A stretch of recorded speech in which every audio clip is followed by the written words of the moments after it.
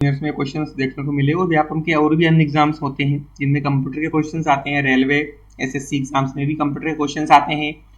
Microsoft Excel में विशिष्ट मानदंडों को पूरा करने वाली रेंज के भीतर सभी कक्षों की संख्या की गणना करने के लिए किस फंक्शन का उपयोग किया जाता है? माइक्रोसॉफ्ट एक्सेल में विशिष्ट मानदंडों को पूरा करने वाली रेंज के भीतर कक्षों की संख्या की गणना करने के लिए किस फंक्शन का उपयोग किया जाता है? कक्षों की गणना करने के लिए काउंटिव फंक्शंस का उपयोग किया जाता है। माइक्रोसॉफ्ट एक्सेल में विशिष्ट मानदंडों को पूरा करने वाली रेंज के भीतर कक्षों की संख्या की गणना करने के लिए काउंटिव फंक्शंस का उपयोग किस लिए किया जाता है? कि हम कक्षों की संख्या ज्ञात कर सके। रेंज के भीतर फंक्शंस का उपयोग किया जाता है। यह फंक्शंस रेंज में उन कक्षों की संख्या की गणना करता है जो निर्दिष्ट मानदंडों को पूरा करते हैं। उदाहरण के लिए यदि आपके पास एक रेंज A1 से A10 है तो आप उन कक्षों की संख्या ज्ञात करना चाहते हैं जिनमें मान यस है, तो आप निम्न सूत्र का उपयोग कर सकते हैं। जैसे कि एक रेंज है, हमारे पास एक कॉलम है 1 से 50 तक, उसमें अलग अलग चीजें लिखी है, फेल पास। मुझे पास की संख्या काउंट करने की, पास कितने हैं, तो इसके लिए काउंटिंग फंक्शन का उपयोग किया जाता है। इसके लिए कोड होता है काउंट इक्वल टू कैपिटल में काउंट इफ, और रेंज ले ली हमने A1 से A50, हमें देखना है पास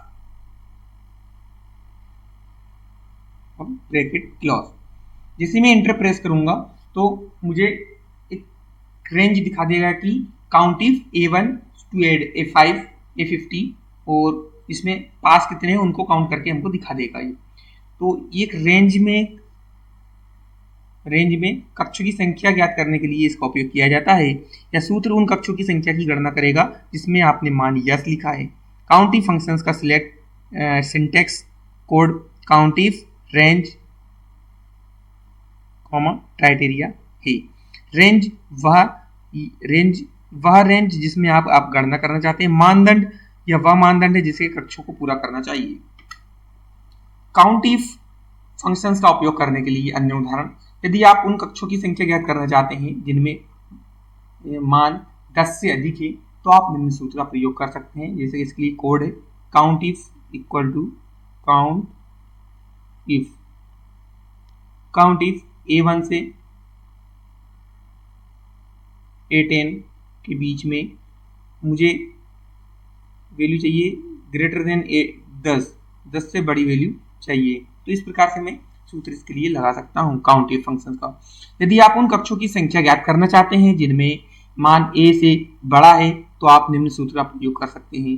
कोड इसके लिए काउंटिव रेंज ले ली हमने इक्वल टू, कोई भी फॉर्मूला लगाने से पहले इक्वल लगाना बहुत जरूरी है। काउंट इफ रेंज ले ली A1 से A10 और ग्रेटर चाहिए हमको या तो बड़ा हो A10 तक, A से बड़ा हो A10 में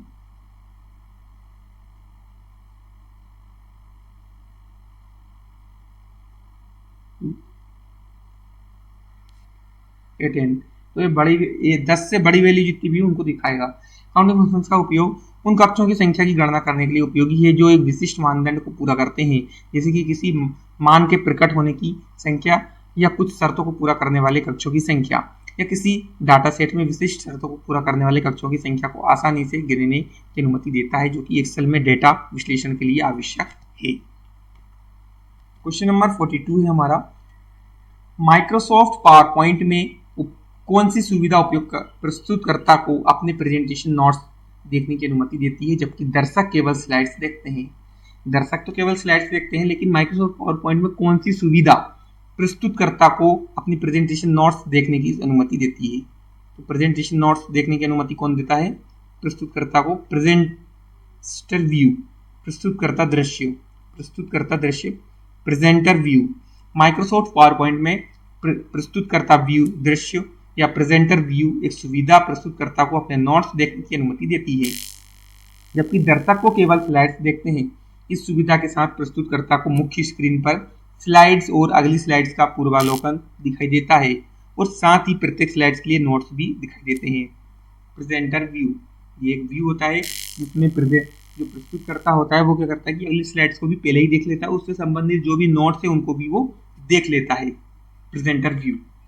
प्रस्तुतकर्ता दृश्य। प्रेजेंटर व्यू कैसे इस्तेमाल करें, प्रस्तुति शुरू करें। पावर पॉइंट में अपनी प्रस्तुति खोलें और स्लाइड्स शो प्रारंभ करें। F5 दबाकर, F5 बटन से प्रस्तुति खोल लेते हैं हम। प्रस्तुतकर्ता दृश्य दिखाएं। स्लाइड शो के दौरान दृश्य मेनू पर जाएं, व्यू मेन्यू पे, और प्रस्तुतकर्ता प्रेजेंटर व्यू का चयन करें। नोट्स देखें, आप स्लाइड सॉर्टर व्यू प्रस्तुत कर रहे हैं, उसके नीचे स्लाइड्स दिखाई देंगे। मॉनिटर सेटअप, यदि आप 2 मॉनिटर का उपयोग कर रहे हैं तो आप सेटिंग्स में प्रस्तुतकर्ता दृश्य और slides show swap presenter view and slide show विकल्प आप चुनकर मॉनिटर को बदल सकते हैं, जिससे दर्शक केवल स्लाइड्स देख सकेंगे और आप प्रस्तुतकर्ता को नोट्स दिखाई देंगे। अगर आप 2 मॉनिटर को एक ही कंप्यूटर से उपयोग कर रहे हैं तो प्रस्तुतकर्ता दृश्य बंद करें। जब आप अपनी प्रस्तुति खत्म कर लें तो आप प्रस्तुतकर्ता दृश्य को बंद कर सकते हैं। Question number 43, peer to peer network का उदाहरण है। 2 कंप्यूटर के बीच फाइलों को साझा करना पीयर टू पीयर कंप्यूटर का नेटवर्क का उदाहरण है। Peer to peer P2P network का एक उदाहरण बिटटोरेंट है, जो फाइल शेयरिंग के लिए लोकप्रिय प्रोटोकॉल है। बिटटोरेंट फाइल शेयरिंग के लिए एक लोकप्रिय प्रोटोकॉल है। इसमें उपयोगकर्ता सीधे एक से दूसरे फाइलें डाउनलोड और अपलोड कर सकते हैं, बजाय किसी केंद्रीय सर्वर का उपयोग करने के। हम कोई केंद्रीय सर्वर उपयोग करेंगे नहीं और एक सिस्टम से दूसरे सिस्टम में फाइलों को साझा कर लेंगे। इसके लिए बिटटोरेंट एक शेयरिंग लोकप्रिय प्रोटोकॉल है, इसमें जिसको पीयर टू पीयर नेटवर्क का उदाहरण है। P2P नेटवर्क के अन्य उदाहरणों में शामिल है स्काइप। यह एक संचार प्लेटफॉर्म है जो उपयोगकर्ता को इंटरनेट पर एक दूसरे को वॉइस और वीडियो कॉल करने की अनुमति देता है। बिटकॉइन, यह एक विकेंद्रीकृत क्रिप्टो करेंसी है जो पीयर टू पीयर नेटवर्क का उपयोग कर लेनदेन को सत्यापित करने और संसाधित करने के लिए करती है। पेपैल, गूगल पे एंड फोन पे। पेपल, ये P2P भुगतान को सक्षम करने वाले लोकप्रिय प्लेटफॉर्म है जो सीधे एक व्यक्ति से दूसरे व्यक्ति को पैसे ट्रांसफर करते हैं। ये किसके उदाहरण है? पीयर टू पीयर नेटवर्क के। जैसे एक फोन पे से दूसरे को फोन पे पैसे ट्रांसफर करना प्लेटफॉर्म है, गूगल पे करना, फोन पे करना, पेपल करना आदि। क्रिप्टो करेंसी खरीदना। स्काइप, इंटरनेट पर एक दूसरे को वॉइस और वीडियो कॉल करने के लिए अनुमति भेज देता है। स्काइप, ये P2P का नेटवर्क है। क्वेश्चन नंबर 44 है, वीडियो गेम के जनक के रूप में किसे जाना जाता है? रॉल्फ बेयर को। रॉल्फ बेयर को वीडियो गेम के जनक के रूप में जाना जाता है। वीडियो गेम के जनक के रूप में रॉल्फ बेयर को जाना जाता है। उन्होंने पहला व्यावसायिक home video game console Magnavox Odyssey का आविष्कार किया था। मैग्रोवॉल कंसोल ओडिसी का आविष्कार किया था रॉल्फ बेयर ने। रॉल्फ बेयर को वीडियो गेम के जनक के रूप में जाना जाता है। रॉल्फ बेयर 1960 के दशक में इंटरेक्टिव वीडियो गेम और कंसोल विकास व्यावसायीकरण में उनका योगदान के लिए जाना जाता है। उन्होंने मैग्रोवॉक्स ओडिसी का आविष्कार किया जो पहला व्यावसायिक होम वीडियो गेम कंसोल था। इस कंसोल को टेलीविजन से जोड़कर लोग गोल्फ, चेकर्स, फुटबॉल और पिंग पोंग के डिजिटल संस्करण खेल सकते थे।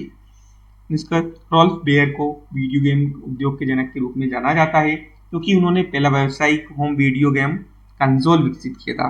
पहला होम वीडियो गेम कौन सा था? कंसोल विकसित किया था और वीडियो गेम उद्योग के विकास में महत्वपूर्ण भूमिका का योगदान दिया। क्वेश्चन नंबर 45, एक इनपुट डिवाइस के रूप में स्कैनर का क्या उद्देश्य है? कंप्यूटर सिस्टम में टेक्स्ट और छवियों को इनपुट करना इनपुट डिवाइस का कार्य है। टेक्स्ट और छवियों को डालना कंप्यूटर में इनपुट डिवाइस का कार्य है। एक इनपुट डिवाइस के रूप में स्कैनर का उद्देश्य भौतिक दस्तावेजों जैसे कि कागज, छवि डिजिटल रूप में परिवर्तित करना ताकि उन्हें कंप्यूटर पर देखा और संपादित और संग्रहित किया जा सके। यह डेटा को कंप्यूटर में प्रवेश करने और इसका उपयोग करने की अनुमति देता है।